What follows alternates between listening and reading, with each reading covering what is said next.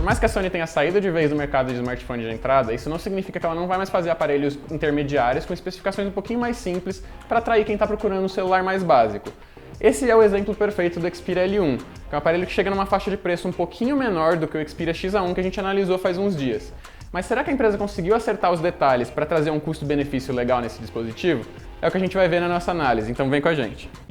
Visualmente, o L1 segue o mesmo design quadradão que a Sony vem adotando nos seus celulares, com as bordas de cima e de baixo bem retas e as laterais arredondadas para dar uma melhorada na pegada, que aliás é bem confortável.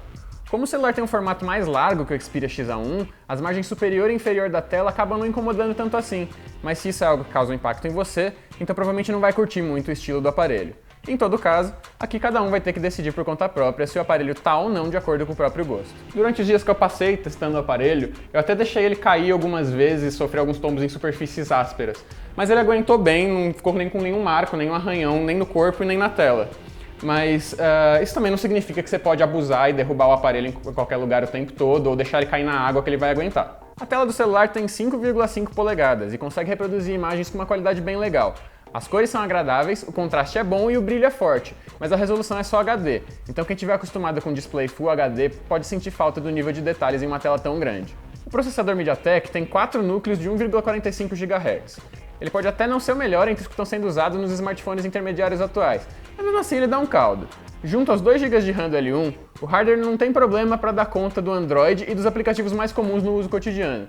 Ele até chega a dar umas engasgadas leves se tiver muita coisa pesada aberta ao mesmo tempo, mas ele não chegou a travar em momento nenhum.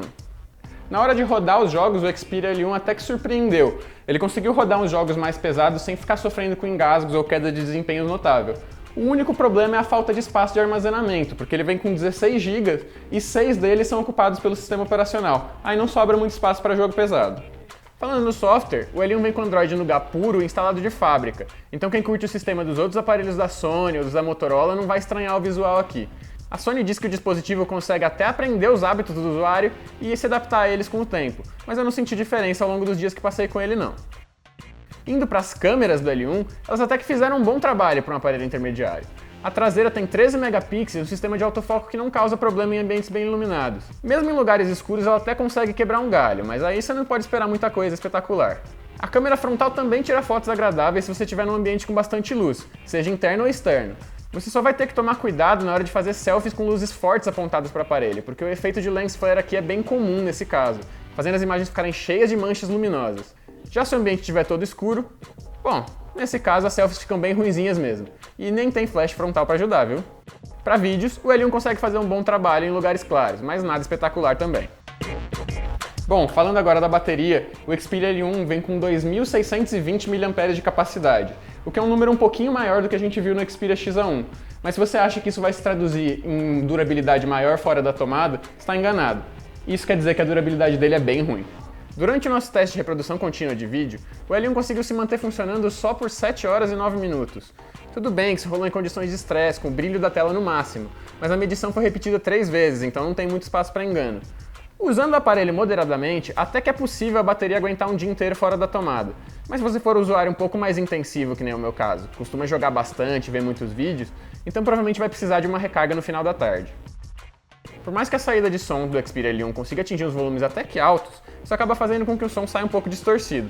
Além disso, o posicionamento do alto-falante na parte inferior do aparelho não ajuda na hora de jogar ou ver vídeos no modo paisagem, já que a sua mão provavelmente vai acabar tampando a saída e abafando bastante o áudio.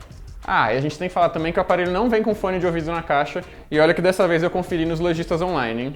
Outro ponto legal de falar é que o celular tem espaço separado para até 2 chips nano SIM e para um cartão microSD, então você vai conseguir usar números de 2 operadoras e expandir o espaço interno ao mesmo tempo, se você precisar. Aliás, a tampinha das áreas dos cartões e a bandeja do chip são bem mais fáceis de abrir e de puxar do que eram no Xperia XA1, mesmo se você tiver com as unhas curtas.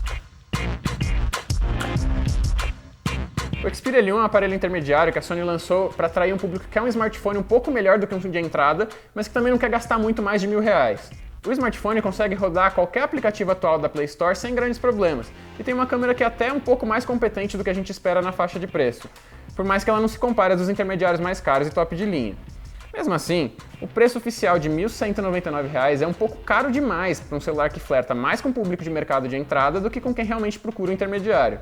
É fácil encontrar vários aparelhos de outras marcas que oferecem mais vida útil de bateria, mais espaço interno de armazenamento e até outras especificações melhores por preços iguais e menores. Aqui a gente pode incluir vários modelos da linha Galaxy J da Samsung, o Moto G5 da Motorola e o LG K10 mais recente, entre muitos outros. Aí a coisa fica realmente complicada para a Sony. Essa foi a nossa análise do Xperia L1 intermediário da Sony. Quem quiser saber mais detalhes sobre o aparelho, dá uma olhada lá no site Tecmundo que tem o review completo em texto. Além disso, se quiser tirar alguma dúvida, deixa ela aí nos comentários que eu vou tentar responder assim que possível. E quem quiser comprar o aparelho, dá uma olhada na descrição do vídeo que a gente vai deixar uns links com os preços bacanas. Aproveita para deixar uma curtida no vídeo, se inscrever no canal e clicar no sininho se quiser ficar sempre por dentro das novidades do mundo da tecnologia e acompanhar o nosso trabalho. Até a próxima, falou!